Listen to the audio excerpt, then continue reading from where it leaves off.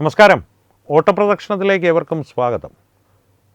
രാജ്യത്തിൻ്റെ പ്രതിപക്ഷ നേതാവ് ശ്രീ രാഹുൽ ഗാന്ധി, വ്യാജഗാന്ധി കുടുംബത്തിൻ്റെ യുവരാജാവ്, കഴിഞ്ഞ കുറേ ദിവസങ്ങളായി ഏതാണ്ട് മാനസിക നില തെറ്റിയ ഒരു വ്യക്തിയെ പോലെയാണ് പെരുമാറുന്നത്. അത് ഭാരതത്തെ സംബന്ധിച്ച് ദൗർഭാഗ്യകരമായിട്ടുള്ളൊരു സാഹചര്യമാണ്. കോൺഗ്രസിനെ സംബന്ധിച്ച് അവരുടെ തകർച്ചയിലേക്കുള്ള വേഗതയുടെ ആക്കം കൂട്ടലുമാണ്. ബി ജെ പിയെ സംബന്ധിച്ച് സന്തോഷമുള്ള കാര്യമാണ്. കാരണം രാഹുൽ ഗാന്ധി എപ്പോഴൊക്കെ വാതുറക്കുന്നോ 10 വോട്ട് ബി ജെ പിക്ക് കൂടും എന്നുള്ളൊരു വാദം തന്നെ ഡൽഹിയിൽ രാജ്യത്തിൻ്റെ തലസ്ഥാനത്ത് നിലനിൽക്കുന്നുണ്ട്. ഒപ്പം ഇത്തരത്തിലുള്ള കോമാളിത്തരങ്ങളെന്ന് തന്നെ പറയാവുന്ന പ്രവൃത്തികളുമായി രാഹുൽ ഗാന്ധി അരങ്ങ് തകർക്കുമ്പോൾ, മറുവശത്ത് രാജ്യത്തിനെതിരെ അരാജകത്വ ശക്തികളുടെ അല്ലെങ്കിൽ രാജ്യത്ത് അരാജകത്വം വിതയ്ക്കുവാൻ ശ്രമിക്കുന്ന തൽപര കക്ഷികളുടെ, സ്ഥാപിത താൽപ്പര്യക്കാരുടെ ചതിപ്പണികൾ അണിയറയിൽ ഒരുങ്ങുന്നതുമുണ്ട്.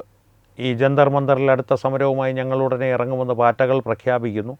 മറ്റ് പലയിടങ്ങളിലും കുഴപ്പങ്ങളുണ്ടാക്കുവാനായിട്ട് നക്സൽ മുക്ത ഭാരതം എന്നുള്ള സ്വപ്നം സാക്ഷാത്കരിക്കുന്നതിലേക്ക് ഏതാണ്ട് പൂർണ്ണമായും തന്നെ എത്തിക്കഴിഞ്ഞിരിക്കുന്ന ഭാരതത്തെ അർബൻ നക്സലിസത്തിലൂടെ തകർക്കുവാൻ ശ്രമിക്കുന്ന അഭിനവ ബുദ്ധിജീവികൾ, സ്വയം പ്രഖ്യാപിത ബുദ്ധിജീവികൾ JNUവിലും മറ്റും വീണ്ടും തലപൊക്കി കഴിഞ്ഞിരിക്കുന്നു.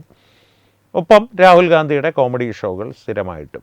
രാഹുൽ ഗാന്ധി മറ്റൊരു രാജ്യത്തിൻ്റെ പ്രധാനമന്ത്രിയെ ചേർത്ത് നരേന്ദ്രമോദിയെ അധിക്ഷേപിക്കുവാനായി നടത്തിയ ശ്രമങ്ങൾ ശക്തമായ വിമർശനങ്ങൾക്കിടയായിട്ടുണ്ട്. അടിസ്ഥാനപരമായിട്ട് ബുദ്ധിഭ്രമം ബാധിച്ച ഒരു വ്യക്തി പോലും കാട്ടാത്ത പ്രവൃത്തികളാണ്, അല്ലെങ്കിൽ പറയാത്ത വാക്കുകളാണ് രാഹുൽ ഗാന്ധി പലപ്പോഴും പ്രയോഗിക്കുന്നത് അദ്ദേഹത്തിൻ്റെ രാഷ്ട്രീയ എതിരാളികളെ പ്രതി. പ്രധാനമന്ത്രി നരേന്ദ്രമോദിക്കും അപ്പുറത്തേക്ക് ആഭ്യന്തരമന്ത്രി അമിത്ഷായെ വളരെ നീചമായ ഭാഷയിൽ രാഹുൽ ഗാന്ധി പരാമർശിച്ചു, വിമർശിച്ചു എന്നുള്ളതിൻ്റെ പേരിൽ BJP MP-മാർ അനുരാഗ് ഠാക്കൂർ ഉൾപ്പെടെയുള്ളവർ അവകാശലംഘന നോട്ടീസ് അയക്കുവാൻ തീരുമാനിച്ചിട്ടുണ്ട് രാഹുൽ ഗാന്ധിയുടെ പേരിൽ. എന്തായാലും BJP ഇത്തവണ രാഹുൽ ഗാന്ധിയുടെ ഇത്തരത്തിലുള്ള കോമാളിത്തരങ്ങളെ തമാശയായി കണ്ട് തള്ളിക്കളയുവാൻ തീരുമാനിച്ചിട്ടില്ല എന്നുള്ളത് ഈ അവകാശലംഘന നോട്ടീസിലൂടെ തന്നെ വ്യക്തമാകുന്നു.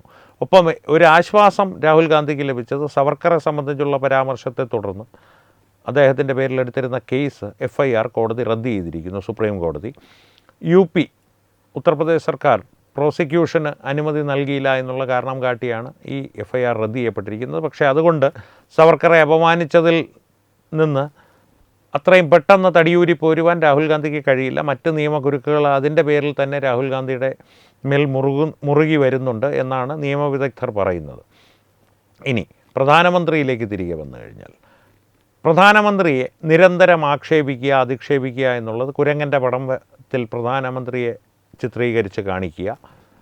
ഇതിലൊന്നും ഏതെങ്കിലും ഒരു അവസരത്തിൽ പ്രധാനമന്ത്രി മറുപടി പറഞ്ഞ് നിങ്ങൾ കണ്ടിട്ടുണ്ടോ? ഒരുപക്ഷെ സഭയ്ക്കുള്ളിൽ യുവരാജാവിനെ പരിഹസിക്കുമായിരിക്കും, രാഷ്ട്രീയ വേദികളിൽ പരിഹസിക്കുമായിരിക്കും. എന്നാലും ഒരു അസഭ്യത്തിൻ്റെ തലത്തിലേക്ക് പോകുന്ന തരത്തിൽ യാതൊരു പരാമർശവും പ്രധാനമന്ത്രിയുടെ ഭാഗത്തു നിന്ന് വ്യാജഗാന്ധി കുടുംബത്തിനെ പ്രതി ഉണ്ടായിട്ടില്ല.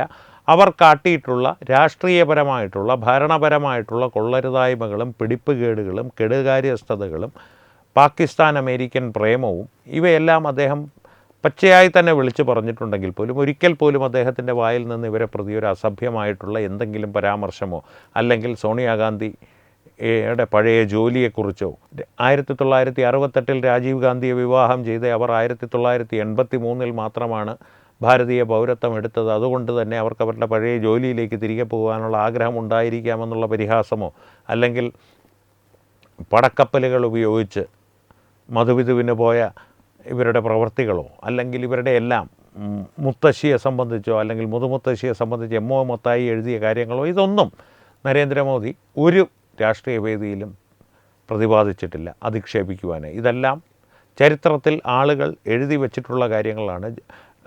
നെഹ്റു എഡ്വീന മൗണ്ട് ബാറ്റൻ ബന്ധമായാലും, ഇന്ദിരാഗാന്ധിയുടെ കാലത്ത് MO മത്തായി അല്ലെങ്കിൽ ഇന്ദിരാഗാന്ധിയെക്കുറിച്ച് MO മത്തായി രചിച്ച പുസ്തകമായാലും ഇതെല്ലാം കാലം കാത്തു സൂക്ഷിച്ച ചില ചരിത്ര സത്യങ്ങളാണ്, അല്ലെങ്കിൽ ചരിത്ര പരാമർശങ്ങളാണ്. ഇന്ദിരാഗാന്ധിയുടെ ഭരണപരാജയങ്ങളെക്കുറിച്ച് പറയാറുണ്ട് നരേന്ദ്രമോദി, രാജീവ് ഗാന്ധിയുടെ ഭരണപരാജയങ്ങളെക്കുറിച്ച് പറയാറുണ്ട് നരേന്ദ്രമോദി, നെഹ്റുവിൻ്റെ ഭരണപരാജയങ്ങളെക്കുറിച്ചും ചരിത്രപരമായിട്ട് രാജ്യത്തെ സംബന്ധിച്ചെടുത്ത തീരുമാനങ്ങളിലെ വിഡ്ഢിത്തത്തെക്കുറിച്ച് പറയാറുണ്ട് അദ്ദേഹം, വിഡ്ഢിത്തങ്ങളെക്കുറിച്ച് പറയാറുണ്ട് അദ്ദേഹം. പക്ഷേ വ്യക്തിപരമായി അദ്ദേഹം ഇന്ന് വരെ ഇവരെ ആരെയും അപമാനിച്ചിട്ടില്ല. ഒരൊറ്റ തവണ മാത്രം അദ്ദേഹം രാജീവ് ഗാന്ധിയുടെ പേര് പരാമർശിച്ച് കള്ളൻ എന്ന് പറഞ്ഞിട്ടുണ്ട്. അത് ചൗക്കീദാർ ചോർ ഹെ എന്ന പപ്പുവിൻ്റെ മുദ്രാവാക്യത്തിന് എതിരായി അദ്ദേഹം പറഞ്ഞു, ചൗക്കീദാർ ചോർ ഹെ എന്ന് നിങ്ങൾ പറയുന്നു, പക്ഷേ യഥാർത്ഥത്തിൽ ഗലി ഗലി മേ ഷോർ ഹെ രാജീവ് ഗാന്ധി ചോർ ഹെ എന്ന മുദ്രാവാക്യം താങ്കളുടെ പിതാവിനെ കുറിച്ചാണ് ദില്ലിയിലും രാജ്യമൊട്ടാകെയും മുഴങ്ങിയിട്ടുള്ളത് ബോഫോഴ്സ് ഇടപാടിനെ സംബന്ധിച്ച്. ഇത് മാത്രമാണ് വ്യക്തിപരമായിട്ടുള്ള ഒരു പരാമർശം ഈ വ്യാജഗാന്ധി കുടുംബത്തെ സംബന്ധിച്ച് നരേന്ദ്രമോദിയിൽ നിന്നുണ്ടായിട്ടുള്ളത്. അതിലൊരു സംശയവും വേണ്ട. ഈ വ്യക്തിപരമായിട്ടുള്ള പരാമർശത്തിൽ പോലും രാഷ്ട്രീയമുണ്ടായിരുന്നു. കാരണം ബോഫോഴ്സ് അഴിമതി എന്നുള്ളത് ഭാരതത്തിൻ്റെ രാഷ്ട്രീയത്തെ ആകെ പിടിച്ചുകുലുക്കിയൊരു അഴിമതിയും ആരോപണങ്ങളുമൊക്കെയായിരുന്നു. അങ്ങനെ ദേശീയ സുരക്ഷയെ തന്നെ ബാധിക്കുന്ന കാര്യത്തിൽ ബോഫോഴ്സ് തോക്കുകളുടെ കാര്യക്ഷമതയോ പ്രവർത്തനക്ഷമതയോ അല്ല ഇവിടെ ചർച്ചാ വിഷയം. അതിനുവേണ്ടി വാങ്ങിയ കിക്ക് ബാക്ക് അല്ലെങ്കിൽ കമ്മീഷൻ, അതായിരുന്നു വിഷയം ആ അഴിമതിയുടെ. ആ വിഷയത്തെ സംബന്ധിച്ച് പരാമർശിച്ചപ്പോൾ താങ്കളുടെ അച്ഛനാണ് കള്ളൻ എന്നുള്ള മുദ്രാവാക്യം മുഴങ്ങിയിരുന്നു എന്ന വ്യക്തിപരമായ പരാമർശം ഒഴികെ മറ്റൊരു തരത്തിലും നരേന്ദ്രമോദിയുടെ വായിൽ നിന്ന് ഒരു അസഭ്യവാക്ക് ഇവരെ പ്രതി ഉണ്ടായിട്ടില്ല, ആരെ പ്രതിയും ഉണ്ടായിട്ടില്ല, ഉണ്ടാകാൻ പോകുന്നതുമില്ല. അദ്ദേഹത്തെ അസഭ്യം പറഞ്ഞവരോട് പോലും ക്ഷമിച്ചുള്ളൊരു പാരമ്പര്യമാണ് അദ്ദേഹത്തിന്. പക്ഷേ BJP അണികളുടെ ഉള്ളിലുള്ളൊരു പൊതുബോധം അല്ലെങ്കിൽ പൊതുവായിട്ടുള്ളൊരു ആഗ്രഹം ഇത്രത്തോളം ക്ഷമാശീലനാവേണ്ട ഒരു കാര്യവുമില്ല. പ്രത്യേകിച്ച് നിരന്തരമായി ഇത്തരത്തിലൊരു കോമാളിത്തരം കാണിച്ച് അസഭ്യം പറഞ്ഞ് നടക്കുന്ന ഈ ഫ്രസ്ട്രേറ്റഡ് ആയിട്ടുള്ള ഒരു വ്യക്തി എന്ന് പറയില്ലേ, അതായത് അധികാരം തനിക്ക് ലഭിക്കണം, അത് തൻ്റെ ജന്മസിദ്ധമായ അവകാശമാണെന്ന് പറഞ്ഞ് പഠിപ്പിച്ച് മാതാപിതാക്കൾ വളർത്തിയ ഒരു വളർത്തുദോഷമുള്ള മകൻ 56 വയസ്സായിട്ടും അധികാര കസേരയിൽ എത്തുവാൻ സാധിക്കാത്തതിൻ്റെ അമർഷവും അപകർഷതാബോധവും എല്ലാം രാഷ്ട്രീയമായി ആരെയാണോ താൻ എതിരാളിയായി കാണുന്നത് അയാളുടെ മേൽ അസഭ്യവർഷം നടത്തിയും അയാളെ വംഗ്യത്തിലൂടെ പരിഹസിച്ചും തീർക്കുവാൻ ശ്രമിക്കുമ്പോൾ അതിനോട് ക്ഷമിക്കേണ്ട യാതൊരു ബാധ്യതയും പ്രധാനമന്ത്രി ശ്രീ നരേന്ദ്രമോദിക്കില്ല. പക്ഷേ അദ്ദേഹം ക്ഷമിച്ചുകൊണ്ട് തന്നെ ഇരിക്കും. അതിന് സംശയമൊന്നും വേണ്ട. അത് അദ്ദേഹത്തിൻ്റെ ഒരു പ്രവർത്തന രീതിയാണ്, സ്വഭാവ വിശേഷമാണ്. പക്ഷേ BJPയിലെ യുവാക്കളായിട്ടുള്ള MP മാരും അണികളും നേതാക്കളും ക്ഷമിക്കണമെന്നില്ല. അവർ ഒരു പക്ഷേ അവകാശ ലംഘനത്തിന് നോട്ടീസ് കൊണ്ടുവരും. രാഹുൽ ഗാന്ധിക്കെതിരെ അത്തരത്തിലുള്ള നടപടികളുമായി അവർ കർശനമായി തന്നെ മുന്നോട്ട് പോകും. അത്തരത്തിലുള്ളൊരു കാര്യത്തിൽ നിന്ന് നരേന്ദ്രമോദി അവരെ തടയുമോ എന്ന് ചോദിച്ചാൽ, നരേന്ദ്രമോദിക്കൊരു വാത്സല്യം ആരോടെങ്കിലും തോന്നിയാൽ പിന്നീട് അവരുടെ ഇത്തരത്തിലുള്ള പ്രവർത്തികളെയൊന്നും അദ്ദേഹം തടയുവാൻ പോകില്ല. പക്ഷേ ഏതെങ്കിലും ഒരു തരത്തിൽ ബോധതയ തോന്നിയാൽ, പണ്ട് അടൽ ബിഹാരി വാജ്പേയിക്ക് ഒരു ബോധതയ തോന്നി, വ്യാജഗാന്ധി കുടുംബത്തിലെ യുവരാജാവിനെ ഒരു മയക്കുമരുന്ന് കടത്തൽ സാഹചര്യത്തിൽ നിന്ന് രക്ഷിച്ചുകൊണ്ട് വന്നു എന്നുള്ളൊരു കിംവദന്തി ദില്ലിയിലാകെയുണ്ട്. അത്തരത്തിലുള്ളൊരു ബോധതയ തോന്നാൻ സാധ്യതയുള്ള ഒരാളാണ് നരേന്ദ്രമോദി. അതുകൊണ്ട് തന്നെ പലപ്പോഴും ഈ രാഹുൽ ഗാന്ധി രക്ഷപ്പെട്ട് പോകും നിയമത്തിൻ്റെ കുരുക്കിൽ നിന്ന്. പക്ഷേ അങ്ങനെ അദ്ദേഹം രക്ഷപ്പെട്ട് പോകുന്ന ഓരോ അവസരവും BJPയെ സംബന്ധിച്ച് ഗുണകരമായി തന്നെ വന്ന് ഭവിക്കും. നരേന്ദ്രമോദിയെ സംബന്ധിച്ച് ഈ അസഭ്യവർഷമൊന്നും അദ്ദേഹത്തിന് പ്രശ്നമേ അല്ല. അദ്ദേഹത്തിൻ്റെ നേരെ ഒരു എത്ര കല്ലെടുത്തെറിഞ്ഞാലും ആ കല്ലുകളെല്ലാം പറക്കിക്കൂട്ടി പടവുകളാക്കി മുകളിലേക്ക് കയറിപ്പോവുക എന്നുള്ള സ്വഭാവം മാത്രമാണ് അദ്ദേഹത്തിൻ്റേത്. രാജ്യത്തിൻ്റെ വികസനവും നന്മയും മാത്രം ലക്ഷ്യമിട്ട് പ്രവർത്തിക്കുന്നൊരു മുഴുവൻ സമയ പ്രധാന സേവകനാണ് അദ്ദേഹം. അത് അദ്ദേഹത്തിൻ്റെ സ്വഭാവ വൈശിഷ്ട്യം. രാഹുൽ ഗാന്ധിയിലേക്ക് തിരികെ വന്നു കഴിഞ്ഞാൽ അദ്ദേഹം എന്തുകൊണ്ട് ഇതൊക്കെ കാണിക്കുന്നു എന്നുള്ളത് ഏറെക്കുറെ എല്ലാവർക്കും അറിയാവുന്ന കാര്യമാണ്. ഒരു ഫ്രസ്ട്രേഷൻ, അധികാരത്തിൽ എത്തുവാൻ സാധിക്കുന്നില്ല. പക്ഷേ നിരന്തരമായിട്ടുള്ള ഇത്തരം ശല്യപ്പെടുത്തലുകളും അസഭ്യവർഷത്തിനും പിന്നിൽ രാഹുൽ ഗാന്ധിയുടെ ഫ്രസ്ട്രേഷൻ അല്ലാതെ മറ്റെന്തെങ്കിലും കാരണമുണ്ടോ എന്ന് പരിശോധിക്കേണ്ടത് വളരെ അത്യന്താപേക്ഷിതമായിട്ടുള്ള കാര്യമാണ്. കാരണം ഇപ്പോൾ അതുകൊണ്ടാണ് ഞാൻ ആദ്യമേ പറഞ്ഞത്, ഒരു വശത്ത് അരാജകത്വം രാജ്യത്ത് വിതയ്ക്കുവാൻ തൽപര കക്ഷികൾ ഒരുങ്ങുന്നു എന്നുള്ളത്. രാഹുൽ ഗാന്ധിയും അവരും തമ്മിൽ നേരിട്ട് ഒരിടത്തും കൂടിക്കാഴ്ച നടത്തിയിട്ടില്ല. ഈ ഐഷി ഘോഷ് പോലുള്ള ചില ഇടത് ജിഹാദിനി പ്രീതിക്കാരോടൊപ്പമല്ലാതെ, അല്ലെങ്കിൽ നേഹ ബൊറയോ അല്ലെങ്കിൽ ഏതെങ്കിലും ഒരു പോലീസ് വണ്ടിക്ക് മുമ്പിൽ നിന്ന് പോസ്റ്റ് ചെയ്ത ഇൻസ്റ്റാഗ്രാം ഇൻഫ്ലുവൻസർ ഒന്നുമല്ലാതെ, ഇവരാരുമല്ലാതെ പാറ്റ സമരത്തിൻ്റെ നേതാക്കളെന്ന് പറയപ്പെടുന്നവരുമായി രാഹുൽ ഗാന്ധി നേരിട്ട് ആശയവിനിമയം നടത്തിയതോ അവരോടൊപ്പം ഒരു പൊതുവേദിയിൽ പ്രത്യക്ഷപ്പെട്ടതോ വളരെ ദുർലഭമായിട്ട് മാത്രമേ നമുക്ക് കാണുവാൻ സാധിച്ചിട്ടുള്ളൂ, അല്ലെങ്കിൽ വന്നിട്ടേ ഇല്ല എന്ന് തന്നെ വേണമെങ്കിൽ പറയാം. ഇത് മനഃപൂർവ്വമുള്ളൊരു തന്ത്രമായിട്ടാണ് രാഷ്ട്രീയ നിരീക്ഷകർ കാണുന്നത്. ഒരു വശത്ത് രാഹുൽ ഗാന്ധിയുടേതായിട്ടുള്ള രീതിയിലുള്ള കുഴപ്പങ്ങൾ സൃഷ്ടിക്കുക, മറുവശത്ത് പാറ്റകൾ അവർക്ക് മനസ്സിന് തോന്നിയവാസങ്ങളെല്ലാം തെരുവിലിറങ്ങിക്കാട്ടി പോലീസിനെ കൊണ്ട് ഏതെങ്കിലും തരത്തിലൊരു അതീവ ബലപ്രയോഗം നടത്തി. അതിബലപ്രയോഗം എന്ന് പറയുന്നൊരു സംഗതി ഉണ്ടല്ലോ. കാരണം ആവശ്യമുള്ളതിൽ കൂടുതൽ ബലം പ്രയോഗിച്ച് എക്സസ് ഫോഴ്സ് എന്ന് പറയും, അത് പ്രയോഗിച്ച് ഈ തെരുവിലിറങ്ങിയവരെ നേരിട്ട് ചിലപ്പോൾ ഒരു വെടിവെപ്പിൽ കലാശിച്ച് നിരവധി ആളുകൾ മരിക്കുന്നൊരു സാഹചര്യം സൃഷ്ടിച്ചെടുക്കുക. അവിടെ നിന്ന് രാഹുൽ ഗാന്ധി ആ വിഷയം ഏറ്റെടുത്ത് പാർലമെൻറ്റിന് അകത്തും പുറത്തും പ്രധാനമന്ത്രിയുടെ വസതിക്ക് മുൻപിലാണെങ്കിൽ അങ്ങനെയും ഒക്കെ പ്രതിഷേധിച്ച് രാജ്യത്ത് ഒരു അസ്ഥിരതയുണ്ടാക്കുക.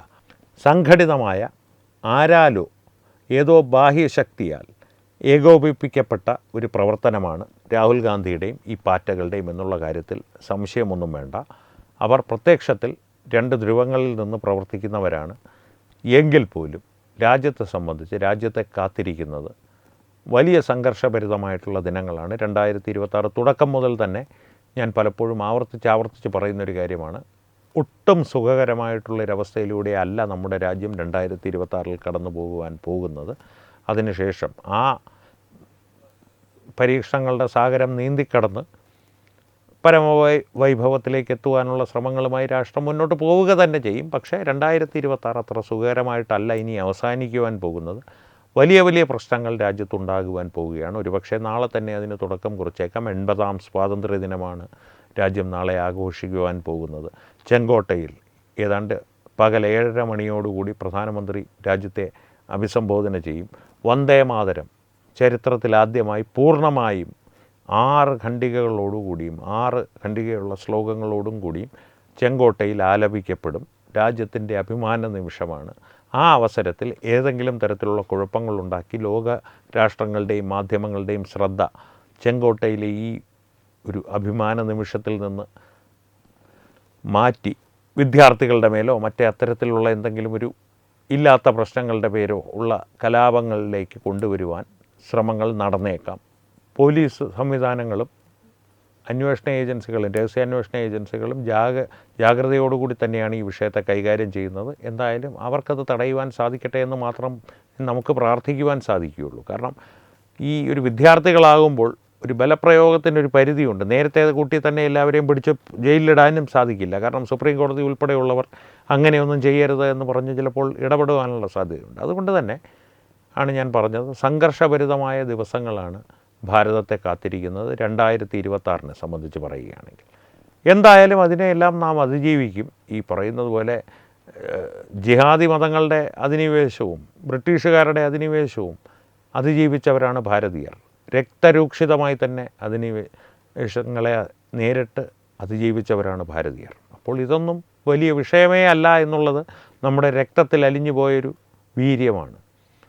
അങ്ങനെ എഴുന്നേറ്റ് അതിനെയെല്ലാം നേരിടുന്നത് ആ സ്ഥൈര്യത്തോടും വീര്യത്തോടും കൂടി തന്നെ നമ്മുടെ പൂർവികരുടെ അനുഗ്രഹത്തോടു കൂടി തന്നെ നമ്മുടെ ഭാരതാംബയുടെ അനുഗ്രഹത്തോടു കൂടി തന്നെ ഈ പ്രതിസന്ധി ഘട്ടവും ഭാരതം കടന്നു പോകും. പ്രതിസന്ധി എന്ന് ഞാൻ പറയുമ്പോൾ വലിയ പ്രതിസന്ധിയിൽ ഭാരതം തകർന്നടിയുവാൻ പോകുന്നൊരു സാഹചര്യമാണെന്ന് പ്രേക്ഷകർ ധരിച്ചു കളയരുത്. കൊച്ചു കുഴപ്പങ്ങളിലൂടെ അരാജകത്വം സൃഷ്ടിക്കുവാനുള്ള ശ്രമങ്ങൾ നിരന്തരം നടക്കുന്നു. അതാണ് പ്രശ്നം.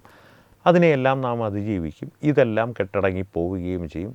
പാറ്റകളുടെ സ്ഥാനത്ത് ചാരം പോലും ബാക്കി ഉണ്ടാവില്ല. രാഹുൽ ഗാന്ധി BJPയുടെ സ്റ്റാർ ക്യാമ്പയിനറായി തുടരുകയും ചെയ്യും.